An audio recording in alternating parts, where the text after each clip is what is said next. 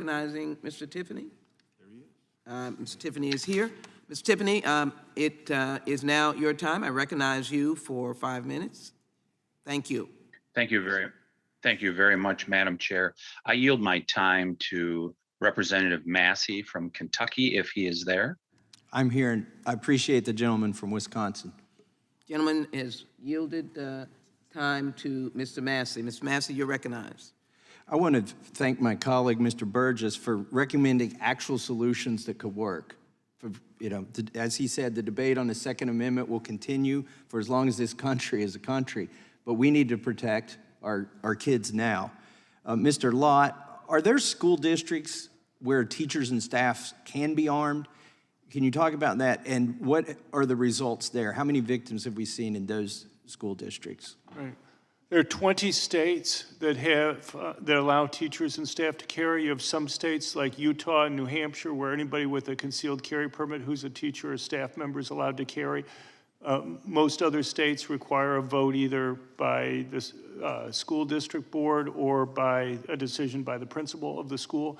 And it varies a lot across it. Some states like Oklahoma and Ohio have had 40% of the school districts with it, and Texas is over 30%. But what you have is we've had a couple decades of experience with these things, and there is not, from 2000 on, despite many thousands of school districts having armed teachers and staff, there has not been one attack where anybody's been wounded or killed in any of these schools. And the other thing is, when you read the legislative debate, when these laws get passed, there's all these concerns. Well, the teacher will leave the gun, or the teacher will get upset and accidentally shoot somebody, or they'll shoot a bystander or something like that.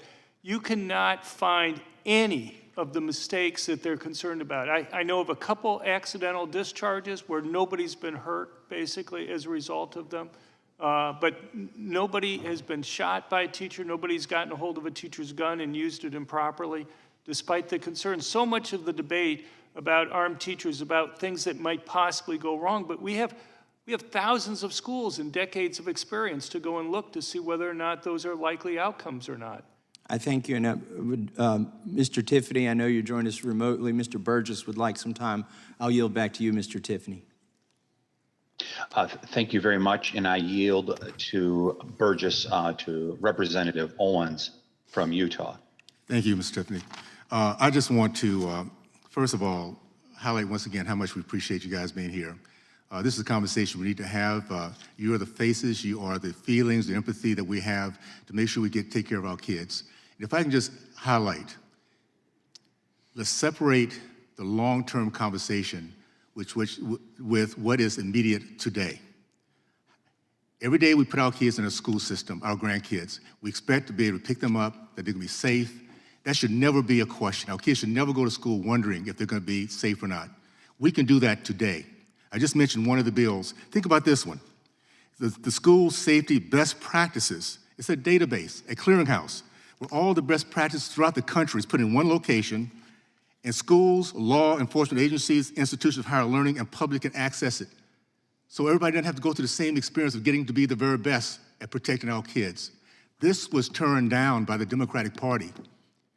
What are we trying to, I guess the question is, what are we trying to accomplish? Do we want to make sure we just focus on the Second Amendment, or we want to take care of our kids first? Let's get them off the table. Let's make sure they're not being used as hostages. They should be not part of this. We should never have this conversation ever again.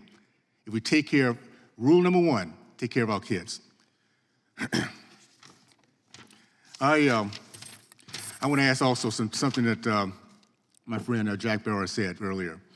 I grew up in a time when respect was being taught in the household. Back in the segregated days when my community led the country in the growth of the middle class, men matriculated from college, men committed to marriage, we had more women getting married, black women getting married than white women, because we respected that institution of marriage.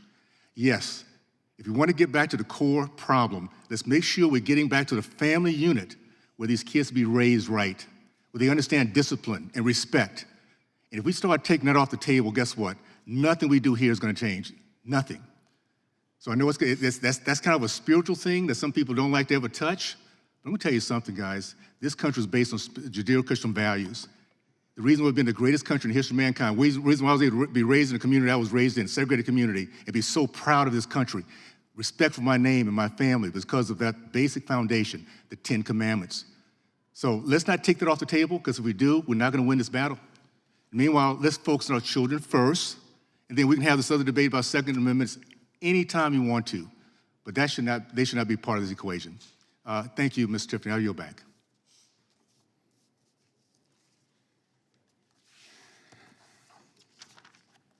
We have a member that is working very hard to, again, access technology. Ms. Bush? Ms. Bush of Missouri? Ms. Bush?